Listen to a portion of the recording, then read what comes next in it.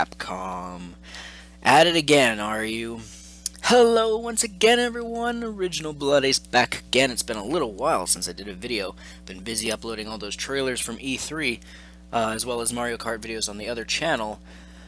But this news has come out, so it's something to talk about. Capcom's shareholders have opened the company up to a possible takeover. So, obviously, the shareholders of Capcom have not been overly thrilled with their poor success rate these days.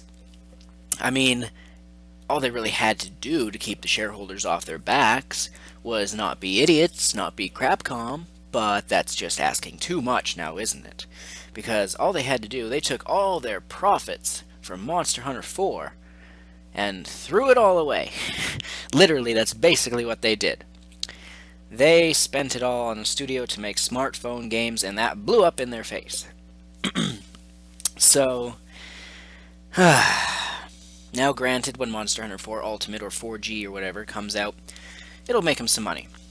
But they have so little money that anyone who has, I think it's about $2.5 billion, could buy 51% of the company and own it. So most people are saying, Nintendo should buy Capcom. That's definitely a possibility. The question is, though, it's not can Nintendo afford it, because we all know Nintendo has, a freaking bank vault full to the brim. No, you don't scratch that. They have multiple bank vaults overflowing with cash. That's obvious. But the question is, does Nintendo want to? We'll have to wait and see what happens here. So, it's interesting, though, how their stocks did start to go up a little bit, but at one point they were like $17 a share or whatever. But for 51%, $2.5 billion. And to the people who are saying Sony, no, I mean, theoretically they could, but that would just be putting them further in debt, so I don't know if Sony would really be willing to do that. Because really they don't have, free cash to just toss around all willy-nilly. Then there's Microsoft, the third of the big three.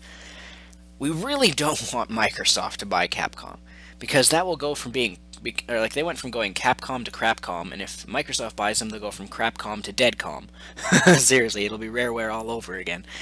And then I've seen people complain, like, oh, but if Nintendo bought it, then they would have, Monster Hunters exclusive, which is a good thing. Mega Man, they could bring back Mega Man Legends 3, which is a good thing, but people are like, oh, what about Resident Evil and Nintendo only? Yeah, right, And I saw one stupid idiot arguing about saying, but Nintendo doesn't know how to make fighter games like Street Fighter. I'm like, you're an idiot. If Nintendo owned them, they don't make the games. They would just own the company and tell them, okay, you're going to make this game, go for it. That's all it would be, and it would be exclusive to the Nintendo consoles. That with Nintendo themselves would not be making any of the games. They have enough projects to worry about. But anyway. So who else does that leave, though, other than the three big companies? Sega, I think they were the ones that bought Atlas the last time there was a company was up.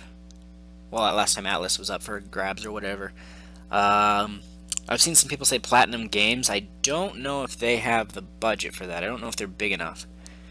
And then some people who are saying, $2.5 billion, like Nintendo would want to spend all that much money. I mean, think about it. To Nintendo, $2.5 billion is like chump change. That's like, what, $250 for us? The equivalent, really? So, I don't know. I think, honestly, Pokemon Omega Ruby and Alpha Sapphire alone will make enough money to make that $2.5 billion. Just a guess. But either way, Nintendo definitely could afford to do that. Another idea I heard of there was an interesting one, was in the comments, where someone had said, why don't we all make a Kickstarter account, all funnel our money into one big Kickstarter account, and then us, the fans, buy Capcom. That way we, the fans, dictate what goes where and what they do. And that was actually a really interesting idea. It's never going to happen, but it possibly, it's something that technically could happen if everyone actually got on board with it. But the idea that the fans could run, not Mega Man, but run Capcom would be hilarious. They'd literally be at the people's power to that. So, I've seen a lot of people also say no one company should buy all the company. People should buy, like, what IPs best fit their console, which I can see and I can agree with as well.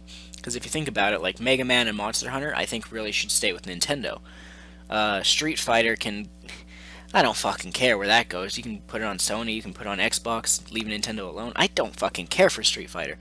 Um, Resident Evil, I think, to be fair, should stay multiplat, but if it was Nintendo exclusive, that would be quite the blockbuster. Although, I will say this, if one of the big three does buy Capcom, that's going to be a huge thing. That's going to shake the foundation of the gaming industry. But, who knows? Personally, I'd love to either see Nintendo buy it just, to keep Monster Hunter exclusive, as well as to bring back Mega Man Legends 3 on the 3DS, because I know they would do that since they're doing more with Mega Man than Capcom has in the past, 15 fucking years or something. Well, maybe not that long, maybe 12 years or something. Yeah. Anything else to go over? Let's see, Dead Rising is another franchise of theirs, whatever. And I think I pretty much covered everything. So will Microsoft do it? I mean, they have, of course, the money to do it, but the question is, again, like with Nintendo, do they have any interest in buying Capcom? Because Capcom, remember, is a Japanese company. And I don't know, has Microsoft ever bought a Japanese developer? Do they have any Japanese developers who are exclusive to their system? I don't think so. I could be wrong. But most Xbox gamers don't care for Japanese-style games. So if Microsoft bought it, it would pretty much just be kind of a slap in the face saying, well, if you want their games, you have to play it on... frog in my throat there. You have to play it on the Xbox One, which I think would piss a lot of people off. Oh, and then another thing that I just thought of. Imagine if EA bought them out. Oh, that would be terrible. That would be terrible. Or Google, since Google's buying up every fucking thing these days. That would be terrible as well. Or even Facebook, because Facebook bought Oculus Rift, which was so random, but whatever. What else? I don't think I need to babble on anymore. So, what do you think? Let me know if you feel like it, I guess. I'm Original Bloodies as always. Stay tuned, more videos coming soon, as always. I'm the cult of personality. The cult of personality. The cult of personality.